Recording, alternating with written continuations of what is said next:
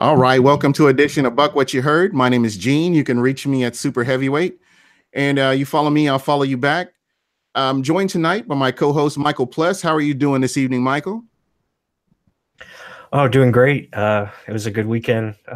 Missing Bucs football already, but it's another week closer to free agency and the draft. So, Yeah, most definitely. And this is where you guys at Real Bucks Talk really start to shine when you're going through and slaving through all that game film and trying to figure out who the Tampa Bay Buccaneers are going to go after. So tonight, mhm. I know that I want to get to some of your articles because I know that you just got an article up here a few minutes ago at Real Bucks Talk, and I'll get to that in a minute. But the last couple of weeks, week before last, we talked about the offense and we touched on where the offense is and some of the things that we saw with the offense, and we know that there are still things that need to be improved. And we kind of touched on the coach and different players there. And then last week we talked about the defense. And the one thing that I kind of didn't touch on, because it's a very at times it can start arguments and fights and stuff. But the one person that we didn't really talk about, and I'd really like to talk about, is Jason Light. Mhm. And I know that a lot of people are ready for him to go. Some people like what he's done, overall. And compared to defense, compared to GMs of the past, how does he stack up? Where is he at? So Mhm. to me, it's kind of interesting, getting different people's perspectives on him. Me personally, I'm just going to wait and see what he does this season. I think this will Mhm. be his defining season. And we will see whether or not, the Bucks progress, whether they regress, because, he's made a statement that I'm sticking with my general manager. I'm sticking with the coaching staff. I'm sticking with the coaching staff and the defensive coordinator, and we're just going to kind of go from there. So I wanted to get your thoughts on that. I know that you've kind of gone back and forth with it a little bit. And I don't know if you're kind of where I'm at right now. And I'm going to go out here and say it. I want to see what he does this season. I'm not gonna rush to judgment. I don't care what he says in an interview. I want to see what he does work wise, what he does with free agency, what he does to re-sign certain players that the Bucks have, what he does to get rid of players that the Bucks have that they can improve on. I want to see what he's gonna do. And so, what he talk is, I'm sick of talk. We've had talk for over a decade. We need to Yeah. do this. We need to do that. We need to do that. We need. And that and potential are two words that have just kind of rubbed me the wrong way. And I just get sick of those two words. So I want to see some action, and I'm not going to pass judgment. I just want to see what he's going to do. But I wanted to get your thoughts on that. Yeah, I mean, I think Jason Light has, he's made some pretty good moves, and he's also had mistakes. Again, he's not perfect, but perfect in this league, and I think he's been as far as building to go forward with as far as young talent. And you get a Jameis Winston or Ali Marpet, guys like that you can build a team around. I think he's done as far as overall draft. And then you look at this past draft. I mean, you get OJ Howard, Justin Evans, Chris Godwin. All those guys are, can make plays for this team and be potential starters down the line. So he's done a pretty good job. Again, mistakes have been made. The Guayo pick and other mistakes as far as free agency goes. Again, I kind of put a dent on it as far as his drafts have been. So I'm with you. I think it's a wait. This is pretty much going to make or break it for him. I mean, he's got to have a pretty good offseason as far as player acquisition and making this team more deep overall as far as depth goes. And I think it's time to he can do as far as the defensive line goes, because that's really been his main issue so far during his tenure here is finding that pass rush, and that has to take place this offseason, along with building the offensive line and protecting going forward. Yeah, I'm right there with you. But, unfortunately, there's always that defining moment. And Roberto Aguayo is always going to stick with him no matter what he does. People are always going to bring that up, whether it's, bad or worse or whatever. But again, he has it in his power to get the right players in here that will upgrade this defensive line, that will upgrade this running back core. And that's what we're going to have to wait and see what he does with that. And, again, he's one of those people that there are people out there that cannot stand him and cannot stand the moves that he's made. And then there are other people that think, hey, this guy's done an amazing job. You can't be mad at him. So I'm just, again, like you, I'm going to wait and see what he does and see how this all works out. Mm-hmm. Yeah, I mean, it's just I think we got to give it some time and see what happens this offseason. But again, he's got decisions that need to be made, and hopefully he makes the right ones in a couple months. I think he's been proven as far as the draft has been concerned, and again, it's just about finding better free agents as far as guys that want to be here and guys that can make an impact in a certain role. I think that's where he needs to, as far as finding the right fits for. Yeah, I'm right there with you. I mean, yeah, he's missed on a few players, but I was looking at players like Kalen Clay playing for the Panthers. A lot of former Bucs players that were drafted by Jason Light are in the playoffs. Bernard Reedy was inactive for the New England Patriots, but we may see him. Again, he's one of those guys that you either like him or you don't like him. But what I wanted to do next is kind of get into free agency, because free agency, I know a lot of people are talking about the draft right now, but free agency is one of those things that comes before the draft. So there are key pieces that you can get in free agency that will help you to carry over, maybe another year or something like that. And that will help your team for now, but you would give you time to draft somebody to fill that position for a long term. So what I wanted to do was, I know that you've written an article here today, or you just finished the article, and I kind of wanted to talk about that. Can you tell the listeners a little bit about what we're working on?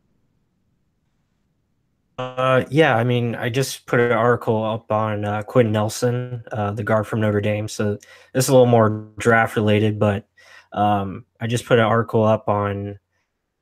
He's probably the best player in this draft coming up. I think he's as a prospect probably better than Zach Martin of the Cowboys coming out of college, which is very impressive.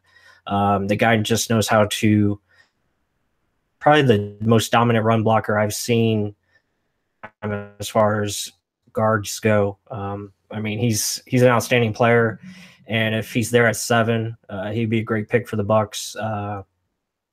Decision agency, again, it's just about finding the. I know a lot of fans are talking about the big names and getting the star players, but free agency is finding depth and finding guys that can fill certain roles and be leaders on the team, but also bring production is what we're looking for. And guys that can go in productive. It's about, if you need this guy to be a starter, then he can go in there and do that. But again, it doesn't necessarily have to be a star player that you have to pay for. Just guys that can make pretty much be impact guys. Really what I'm looking for out of free agency. I'm gonna drop a couple of names off to you, and I want to get your thoughts on them. The first one is DeMarcus Lawrence. At his age, he's still got a lot of time, playing time left, ahead of him. Would he be Mhm. an ideal fit for the Tampa Bay Buccaneers? Well, yeah, I mean, of course. I mean, DeMarcus Lawrence, he had a big year this past season. I think he led the league in sacks, I believe, or 16 or so. Um, yeah, I mean, if you can get a guy like that, if you can get an impact guy in his prime that can come in and you don't have to really overpay, but they're going to make big money. So it just depends on as far as cost and value. I So now, think he. let me ask you this right here. With where Jason Light is right now, with where Dirk Cutter is right now, is it about the value pick still, or is it about getting somebody in here who's going to be an impact player? Well, I think it's both, but with the cap continuing to rise and go up every year, I think you can be a little bit more aggressive as far as how much money you're going to give out.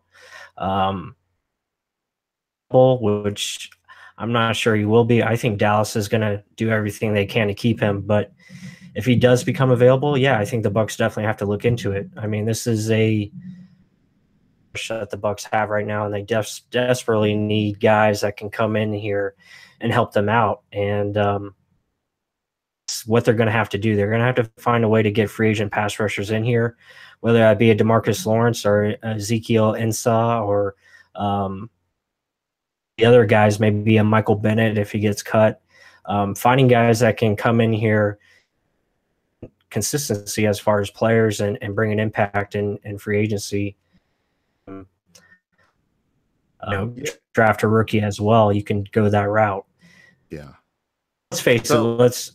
Let's face it. Rookies are not going to give you the production that you need right off the bat. I mean, not everyone's a Joey Bosa right away. So, to be aggressive. Yeah, and that was my point right there. I feel like this whole administration, they need to be aggressive. But but again, they need to be smart about what they're doing. We saw what happened with some of their free agent acquisitions where they just haven't panned out. But again, when you look at the draft and the players that are going to be available, there are going to be some really nice running backs that are going to be available. The draft class as far as offensive line won't be as nice as in years past. So again, you if Nelson's there at number 7, do you grab Nelson? Or if Bradley Chubb is there, do you grab him? I mean, there's just so many things going on, but a lot of this kind of depends on where everything is with free agency. Who can they get? So, just kind of going back to your thoughts, I know you have some other people that you have in mind. And who else do you see? And I know we kind of touched on it a little bit last week, but I wanted to do a little bit more in depth this week. Who do you see as a potential person that could come in here and be a difference maker for the Bucs? Well, I mean, there's a few guys that could be potentially cut, like a Tyrann Mathieu. That would be someone that I would look at as far as safety. Mike Bennett has been mentioned. Aqib Talib I've seen. There's a couple guys that could be potentially cut that maybe the Bucs are interested in bringing back. McCoy, he wants Mike Bennett and he wants Aqib Talib to be So that those are two names that could definitely come in and make a difference. Would they and they would be able to go and make an immediate difference. So who else? I mean, other than you mentioned Joe, you mentioned Aqib Talib, and you mentioned Michael Bennett. Yeah, I mean, DeMarcus Lawrence, obviously.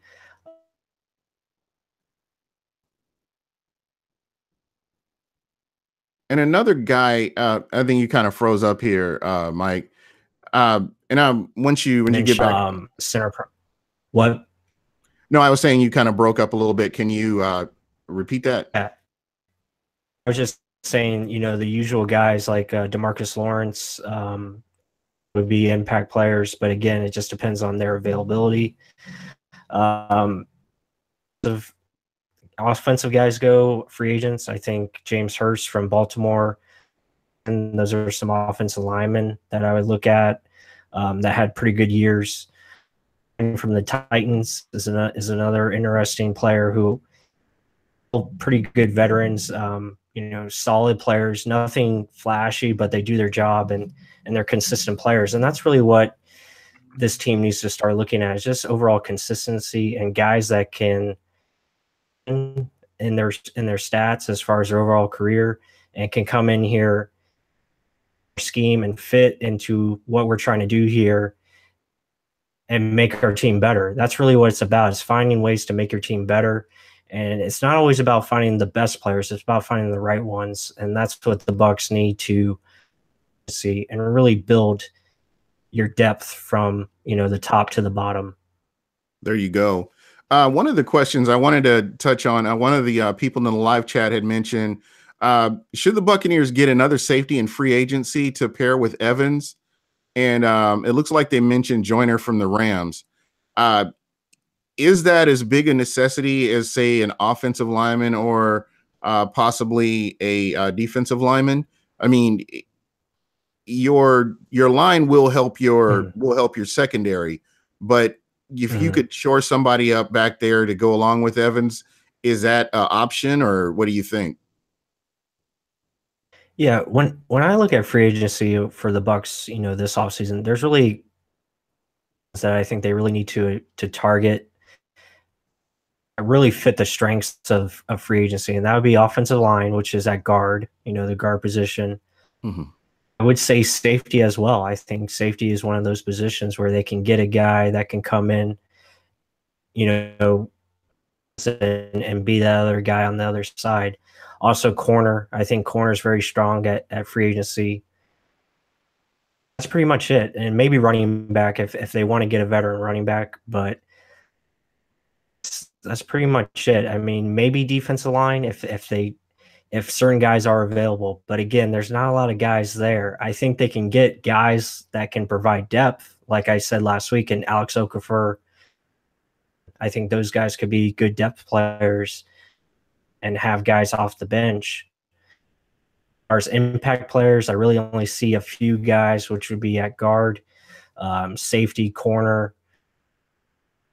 That's pretty much it. I mean, draft, I think that you need defensive line, running back, obviously, and just build your depth. And corner is strong in the draft as well. So yeah, so you could find a sleeper in the fifth or sixth round.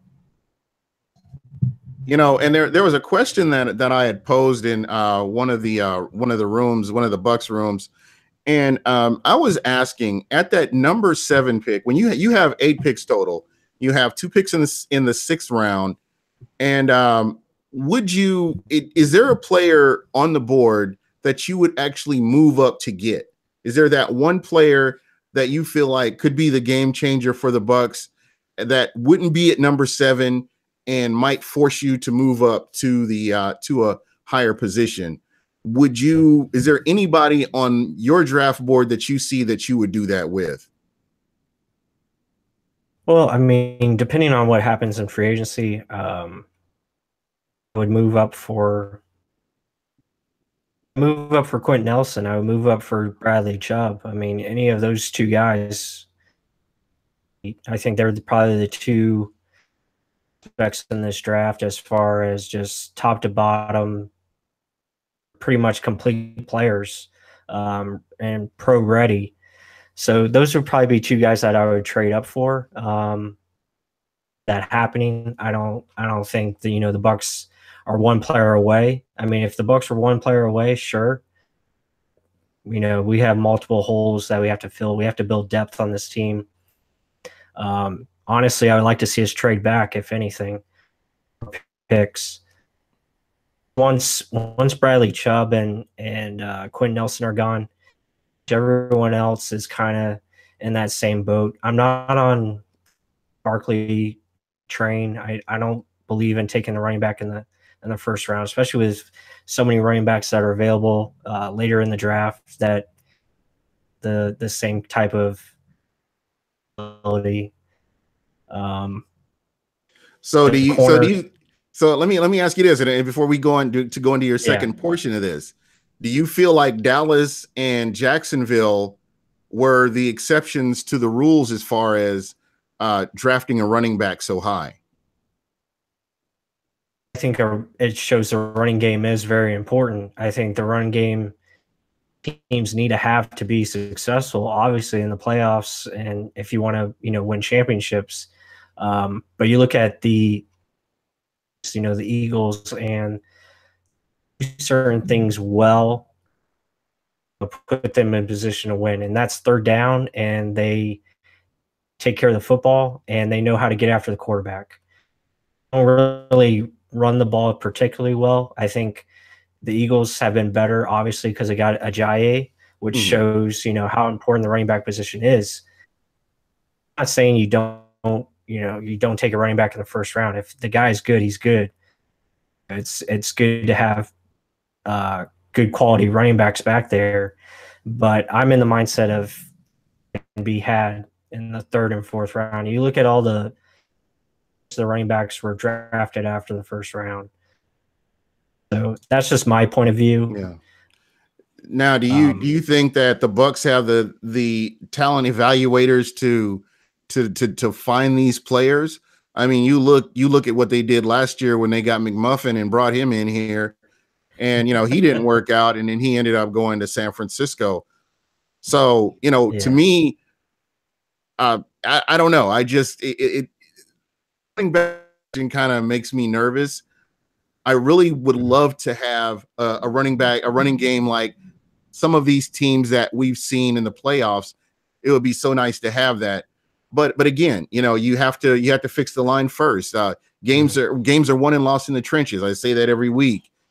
And watching these playoff games, it just proves just how important the offensive line and defensive line is for these teams. When you have that kind of stability, there's so much more you can do, and it really opens up your draft board when you kind of have that depth on both sides of the line. yeah, absolutely, and that's why I think going into free agency, it's important to find players that you can fill your needs across the board and really go into the draft player available mindset. And Jason Light usually does that. He usually takes the best player available and tries not to force need, which I think is the right decision. Last year's draft they got OJ Howard at 19.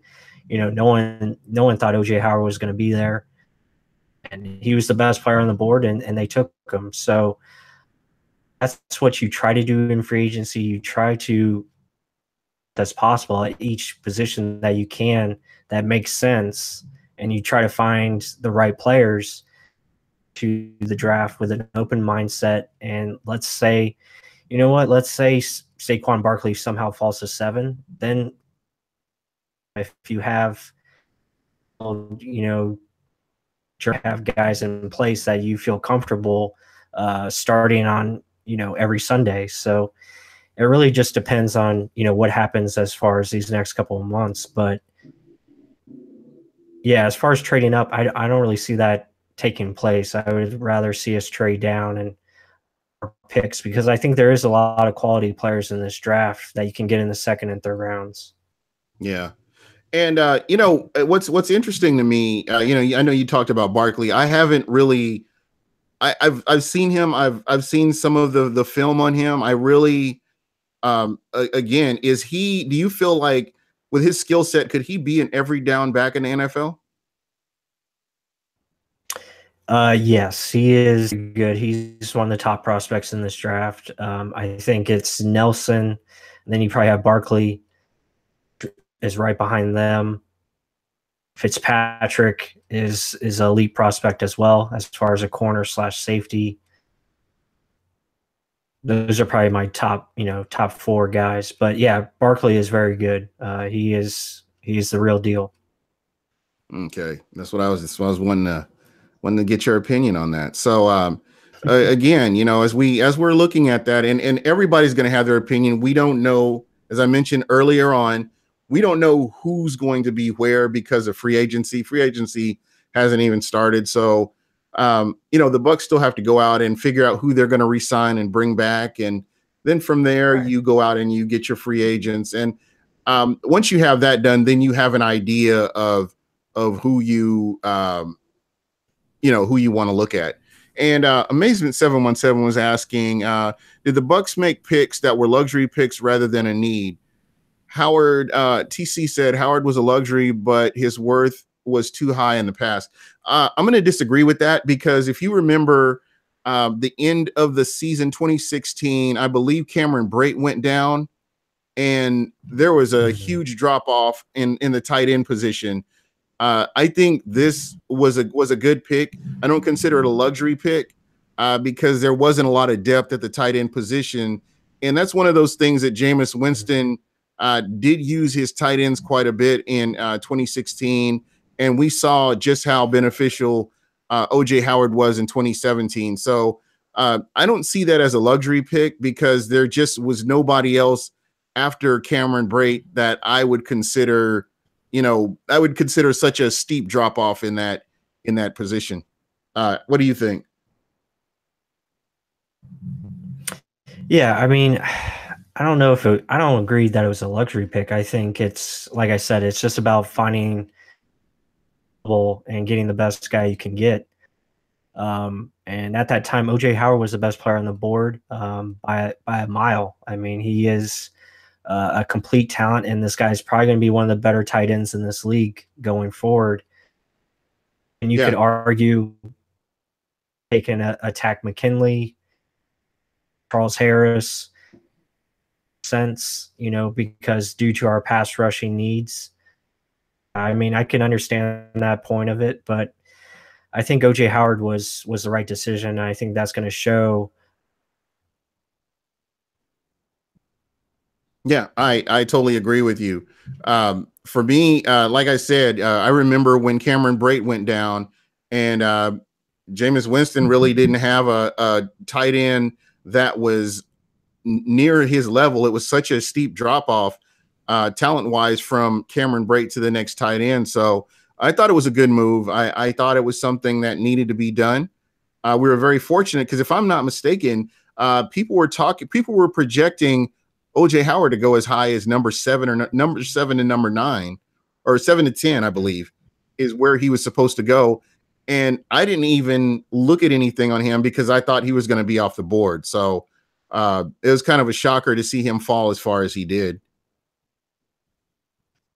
Yeah, right. I mean, he was projected to go as high as number 6 to the Jets. I thought the Jets were going to be the team that ended up picking him.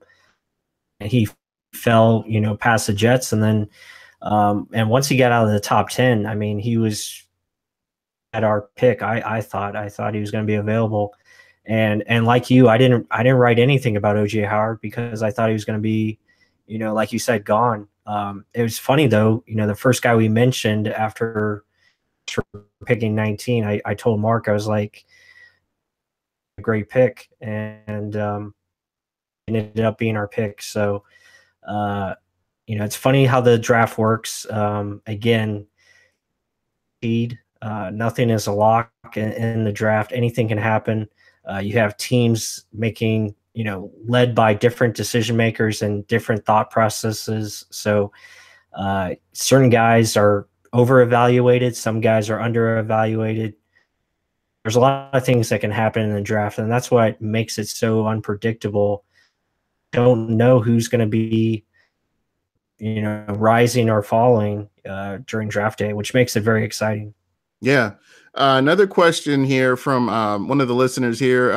Did the Bucs address the backup quarterback position? It's a couple of different things that I see. I know that Fitzpatrick had mentioned that he would like to come back to Tampa. But again, we have the other project quarterback that has been, he's coming off injured reserve, trying to get back in. How do the Bucs go? What do they do? I thought that Fitzpatrick filled in nicely while Jameis was injured, and that worked out for the Bucs. So, is this something that you see him possibly coming back, or is age an issue, or does he come back and compete against a quarterback in camp to see who gets that final position?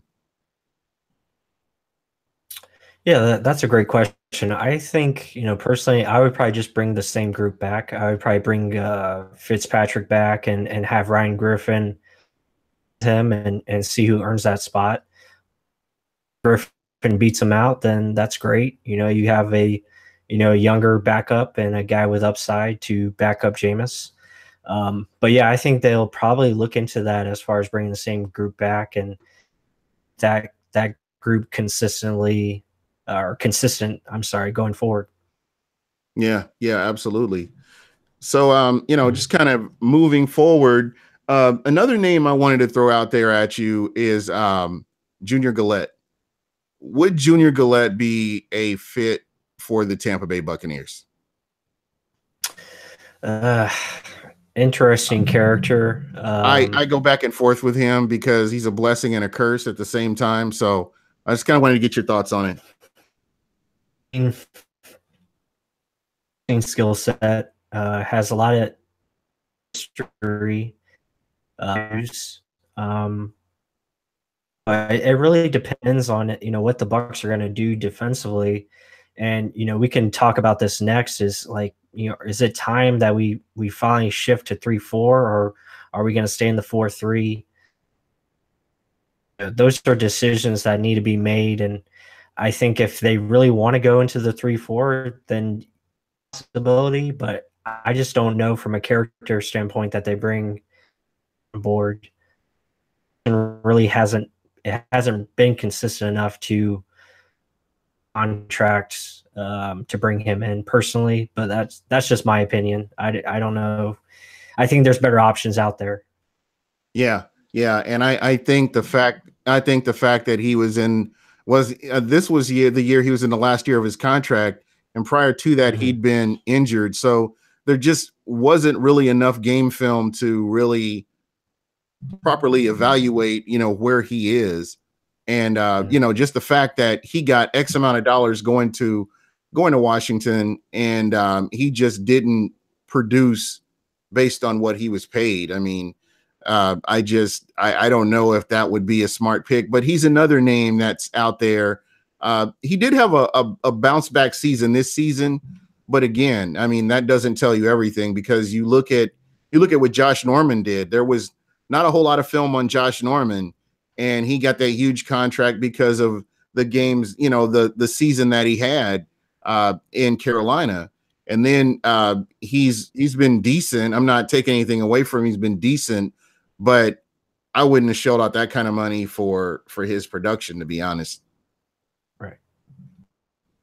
And that's why I'm saying, when you go into free agency, you have to find that right balance between as far as cost and value, as far as consistently good for me based off what he's done so far in his career goes. And that's why, as far as finding the right guys, it's about how much are you going to give. Like, for instance, J.R. Sweezy, we gave him a lot of money. We thought he was going to be something.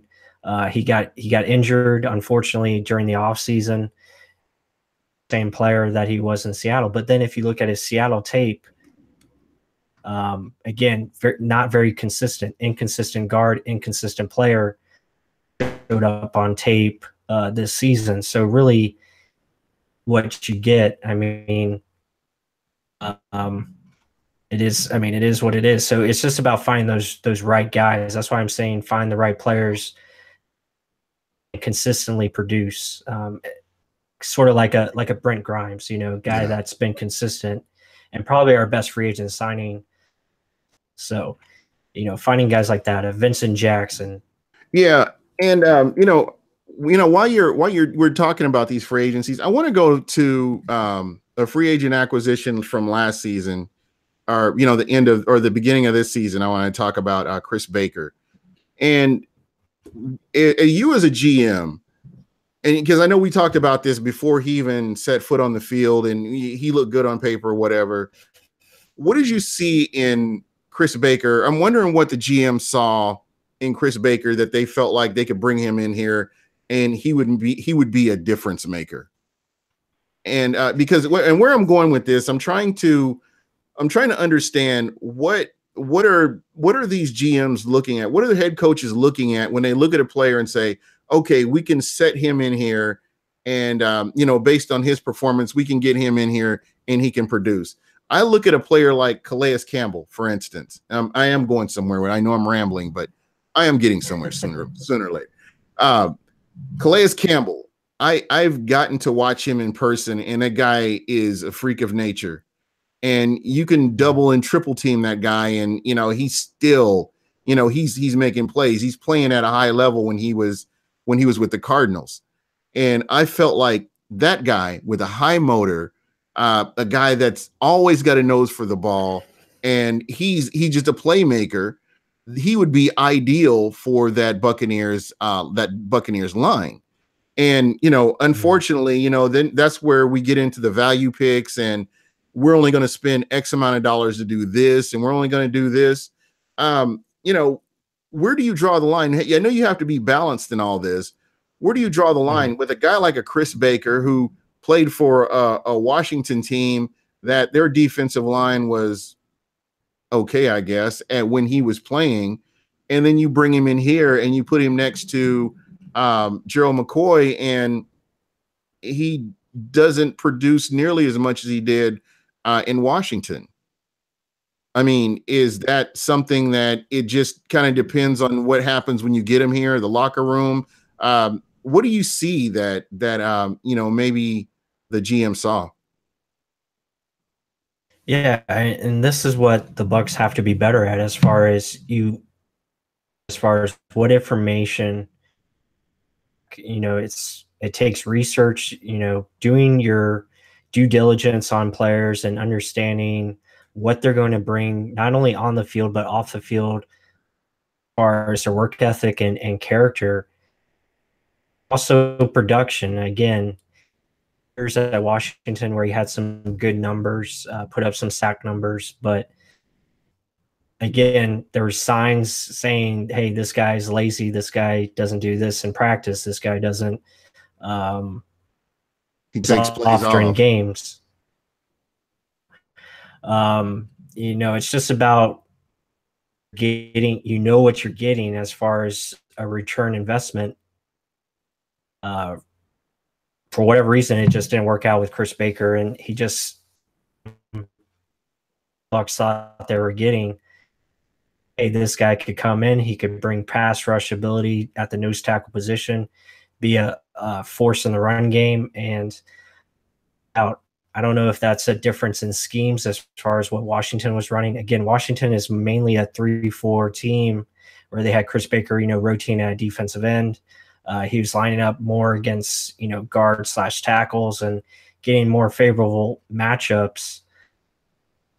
So that could play a part, but you just got to be careful with guys who just want money and guys who want to consistently produce. And that's why I say it's about finding that right balance. And do you think the Bucs could bring him back and maybe he would play better, or is he one of those guys you don't see the Bucs bringing him back? No, I think he's going to be a casualty. I think, most likely he's going to be let go. I mean, if anything, they'll try to restructure his contract and maybe he'll come back for less money. But him being part of the mix, I think there's a lot of things going on in the locker room with him in there. I think the Hard Knocks, on Hard Knocks, I think was very telling. The practice jokes that they had with him, I thought was very revealing, and that's just something you don't want in your locker room. And I think that's why, Washington let him go. They knew what kind of player he was through Saturday. it showed on Sunday that he was very inconsistent, and that's why he was player as far as highlights. And splash player means right here or there. It's not consistent, and that's someone that you don't really want to.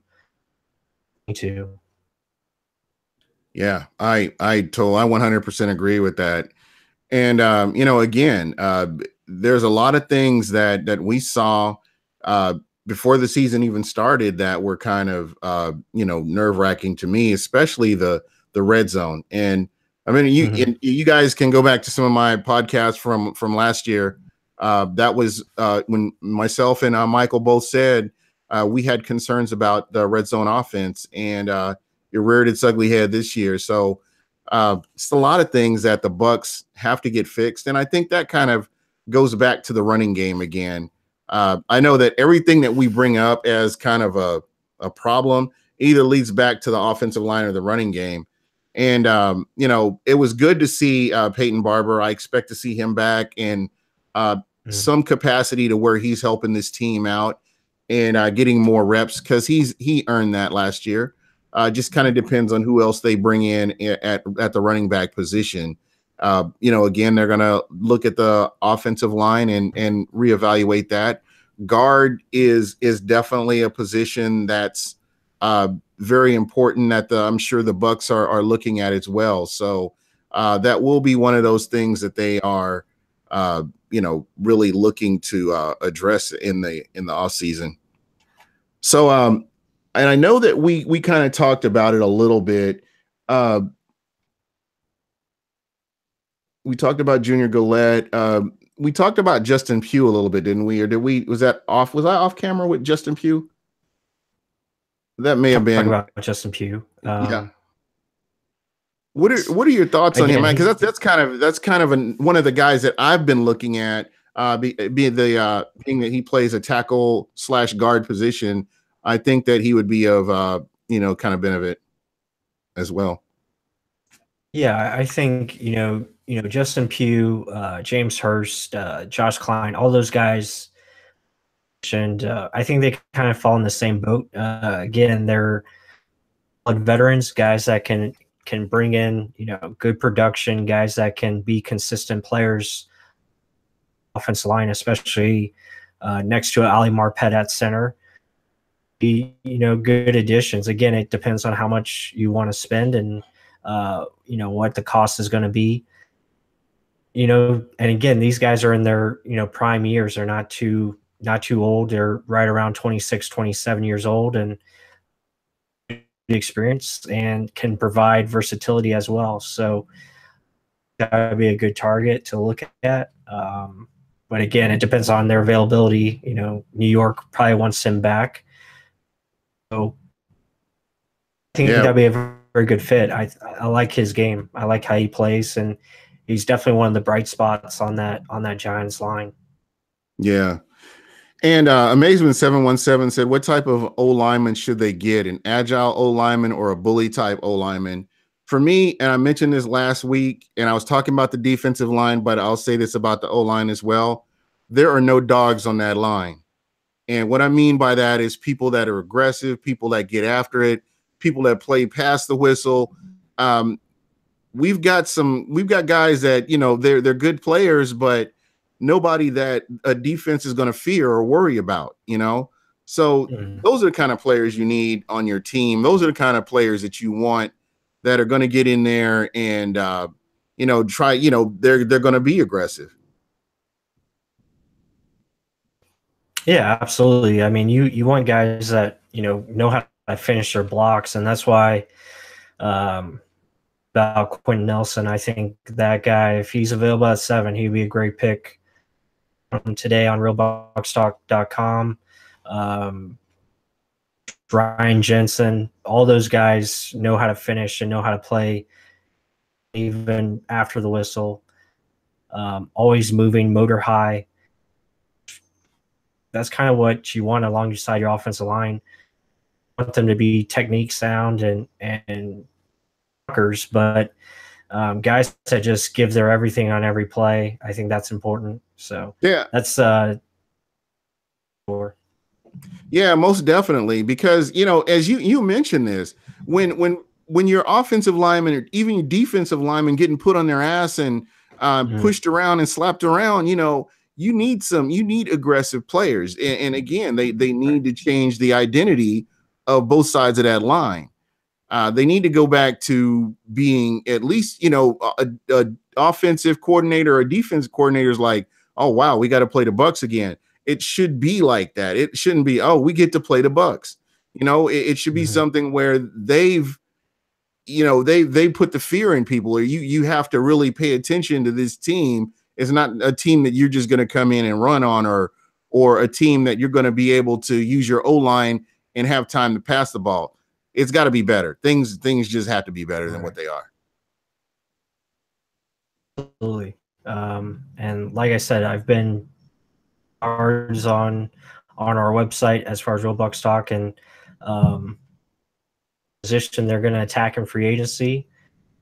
The offensive line and defensive line is going to be the main focus, I think, both in free agency and the draft. I think that's really focus of this offseason. I think that's where it's going to head. And I think Jason Light knows that. He knows that we have to get more physical and stout up front in the trenches.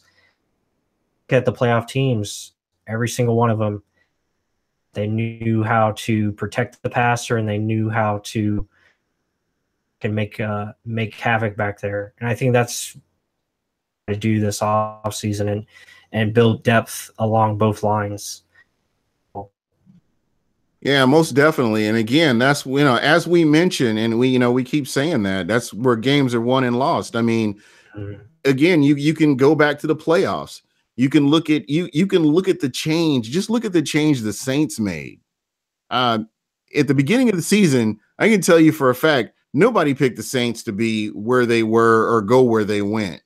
They went in and made some changes, and the adjustments they made worked for them.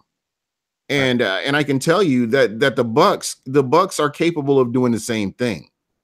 And again, that's just getting the right players, as Michael had mentioned. And he's mentioned this a couple of times tonight. Getting the right players that fit into your scheme that you could bring in and they can contribute. What we saw, we got a good idea about this team because they played 16 straight games.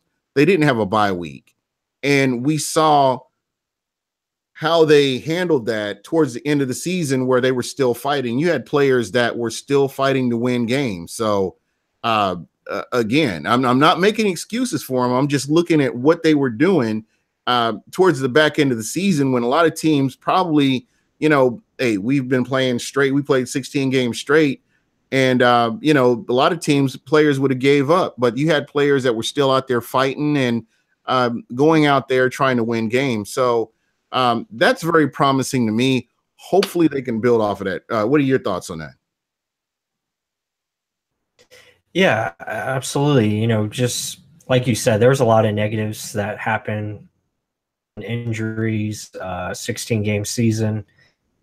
There were still positives, like you said. I mean, they drew a lot of adversity, and they were pretty much in every game. I mean, there wasn't a ton of blowouts.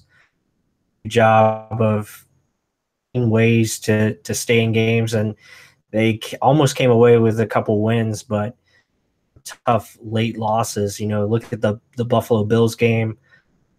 I think Atlanta was one that was close loss, or both Atlanta games were.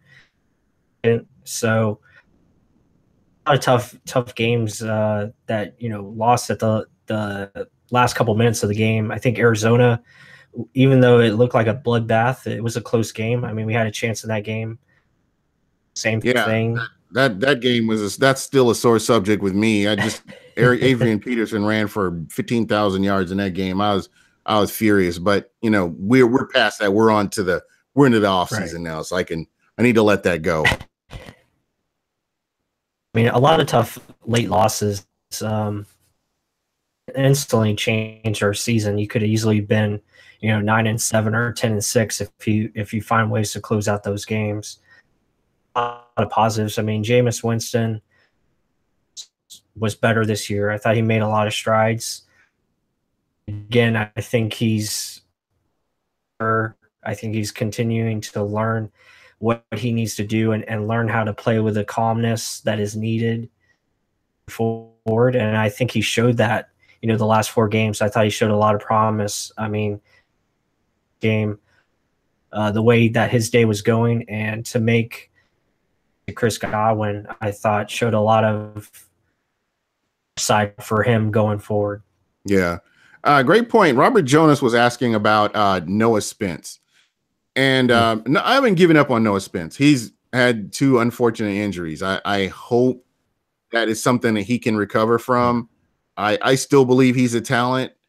And, I hope that he can, get in here and be productive and be part of that defensive line. But as far as edge rush, they hitched their horses to 2 players at the beginning of the season that were gone within one player didn't even make it to the regular season. The other player was injured shortly thereafter. So they really didn't have a lot of depth at that edge position. And that's something that they really need to fix is getting that done and getting the player out there that's going to really help them out. Yeah, I mean, it's funny with Noah Spence, and that's why I keep saying, are the Bucs going to go to or 4-3? I think Noah Spence could be really good as a 3-4, edge.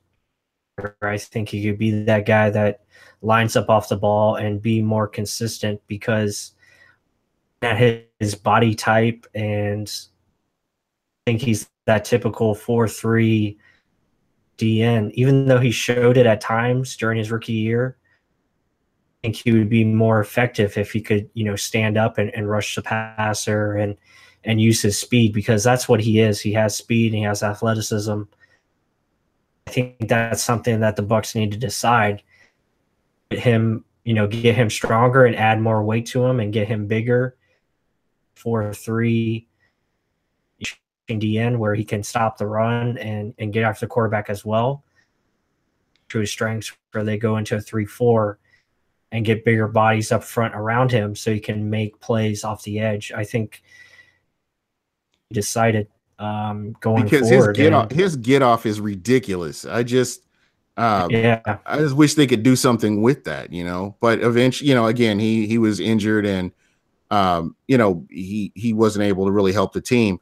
Another guy that, right. I really enjoyed watching off the edge a little bit was Kendall Beckwith. They used him. They put him in a few times, and he was pretty successful getting pressure on the quarterback as well, wasn't he? Absolutely. And again, it's the same thing. Now Beckwith is a little bit bigger body size, than Noah Spence, and he showed ability to get after the quarterback off the edge. And I think what it takes to be a 3-4 team. And I think they just need to figure out if that's where they want to go and get the personnel that can suit it. I should say they have the personnel to run it, but beef it up. Go with a 4-3 and continue to add speed and size to that front line and really allow their linebackers to become the strength of this team. But they have to decide, because I don't think you can commit to both. Again, you could do a hybrid 3-4/4-3 type style where you can mix and match. Did that at times last year, but I think you really need that was more out of necessity. Wouldn't you agree? And I think, like I was saying, I think it's time to commit to an identity. I think that's something that they need to figure out what they want to be as far as a defense. Be this attacking defense, then and build towards that and stick with it. Don't play zone, soft coverage defense that we can continue to see. If you're going to be aggressive. Yeah, absolutely. And, we're talking about defense. One other question came up. What does Tampa do if Brent Grimes does not return? Yeah, I think that's the big question this offseason. Are we going to sign him back, or is he going to retire? Or it really depends. If we sign him back, then obviously I think we're still in good shape, and you can add a free agent corner still. and maybe draft one as well. Route. If he doesn't come back, then I think you need to be aggressive in getting one of these top corners that I think will be available in free agency, whether that's a Malcolm Butler, Johnson, Robert or if Jonas you go out. mentioned Robert Jonas, excuse me, Robert, I'm sorry. Robert Jonas mentioned LaMarcus Joyner. Marcus Joyner would be interesting. Now, again, he's more of a safety, but interesting player for sure. Ron Matthew from Arizona as well, if he becomes available. If you want to go, big names. So there's a lot of good corners. I mentioned Kyle Fuller last week from Chicago that I like a lot. Yeah, I liked him. I liked him. I liked his game too. He was pretty relentless. Right. Or, even the guy from Indianapolis, Rashawn Melvin, who used to be a Buccaneer, interesting guy to target as far as free agency. So yeah, I mean, if Grimes leaves, I think they're going to be aggressive in free agency to get one of these top corners. And it wouldn't surprise me if they still be aggressive, whether Grimes returns or not. They need corners. They can't rely on Vernon Hargreaves turning the corner and becoming that guy on the outside. They just can't. They can't more like they have in the past where they thought this guy was going to be this and that guy was going to be that. They have to go out and get guys that they know are going to be good. Yeah, that's the key right there. It just looks like he kind of lost his nerve, or I'm not sure what happened with him. He was aggressive, and then pretty soon he's worried about making mistakes, and then he's just getting burned all over the place. And then they moved him in the slot, and he kind of stabilized a little bit. And he's a number one. He's not a number one, but a first round pick, and you would expect more from your first round picks. But again, what do you do? You kind of have to play him. So where they have him at is good, but I wouldn't have wasted a first round pick on a nickel corner. I don't know, maybe you would, but I couldn't see myself doing that. But again, it's just one of those things. If you look at and when we look at the body of work and the overall picture, we'll get a better idea of what Jason Licht is. I compare him to some of the other recent GMs that we've had, and I'm good with Jason Licht. So like you said early on, no GM is perfect, but I think he's had some pretty solid picks. So just kind of see what happens. I'm going to go back through here some of these. Let's see, Malcolm Butler, as you mentioned, Malcolm Butler. Tremaine Johnson is another name. It looks like that was mentioned out here. But it looks like I'm sure he's looking for a big payday, as B. Loggins have mentioned. Yeah, there's some players out here. Let's see, who else? Friend back. Yeah, so a lot of people are agreeing with you about the 3-4, the move to 3-4. I think with the linebacking core that Tampa has, I think that they would be able to make that move. Do you see that as something that they could do? Again, you would be able to line people up in different ways, and you could even disguise blitzes a little bit easier with running a 3-4 as opposed to a 4-3. What are your thoughts? Yeah, I think it makes sense. And if you look at this draft, there's a lot of 3-4 players that could be in the later rounds that I think are very intriguing. And like you mentioned earlier this week, you showed me that article from Pew Report, Tampa Trey or Trevor Sikkema. He does a great job. Yeah. Articles, and he mentioned Vita Vea, from Washington, nose tackle that knows how to get after the quarterback, but also, anchor that middle in the run game. And I think he would be a perfect fit, especially they did trade down, which I think is a viable option as it stands right now. There's most likely will be gone before we get to 7. Find a team that wants to trade up for a quarterback. it would definitely be worth it to trade down a few spots, and you can get a guy like a Vita Vey or Arden Key or because Davenport possibly. So guys in this draft that just makes sense if you want to commit to that 3-4 style. And I think the Bucs have the personnel, and you can easily shift Gerald McCoy to defensive end outside and have a William Golston play on the outside and Spence to, linebacker role. And he could really excel, I think, at that position.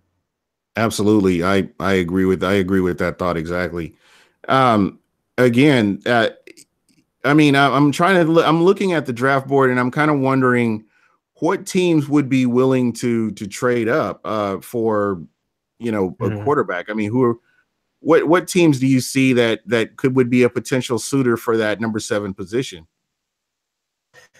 Well, I know a lot of fans have mentioned, the Buffalo Bills. I know they have the 21st and 22nd pick, and I know they're probably going to be looking for a quarterback.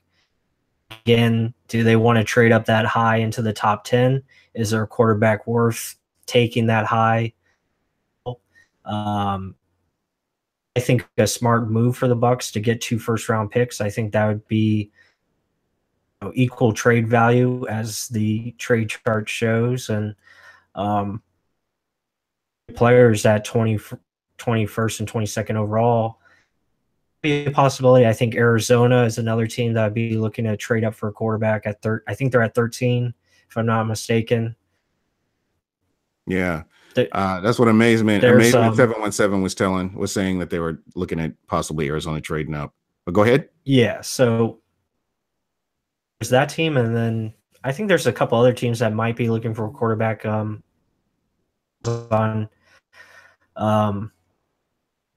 who's available and what you can get as far as trade value. But I think there'll be, some teams that are looking to trade up. And even if, let's say a team wants to trade up for get ahead of a certain team just to get an offensive lineman, whether it be a left tackle or corner prospect. So it doesn't really have to be a quarterback per se. There's always ways to find, to trade down is what I'm saying. Yeah. And great point. B. Loggins had mentioned that if the Redskins let Kirk Cousins walk, they'll definitely be in the market for a quarterback.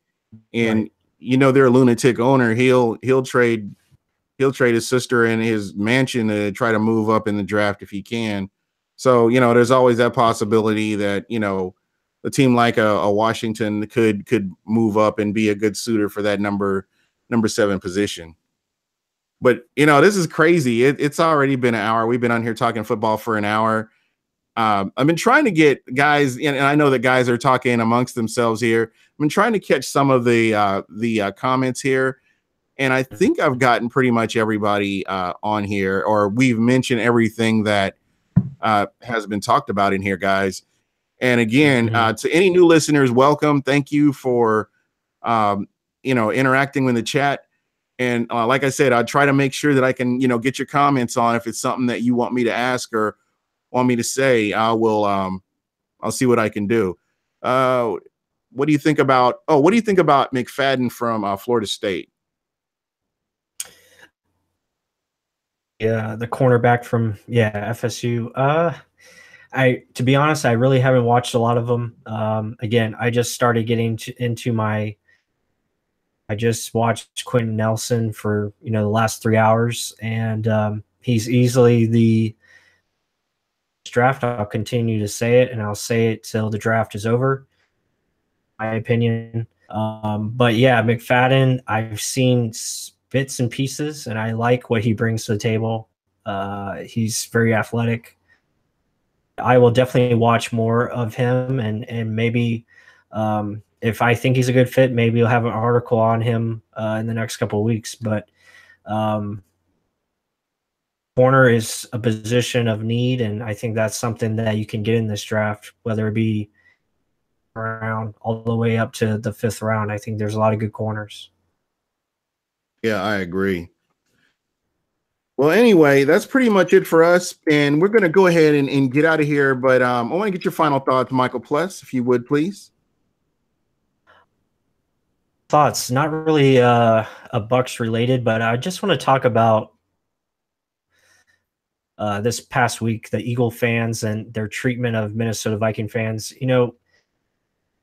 That just can't, it shouldn't be allowed and it can't happen. If we go to sporting events and we pay money, to enjoy football and enjoy entertainment, which it is entertainment time, be respectful. There's really no reason for fans to be throwing beer cans at fans walking into the stadium. I mean, come on, guys. I mean, seriously, that's just outrageous. And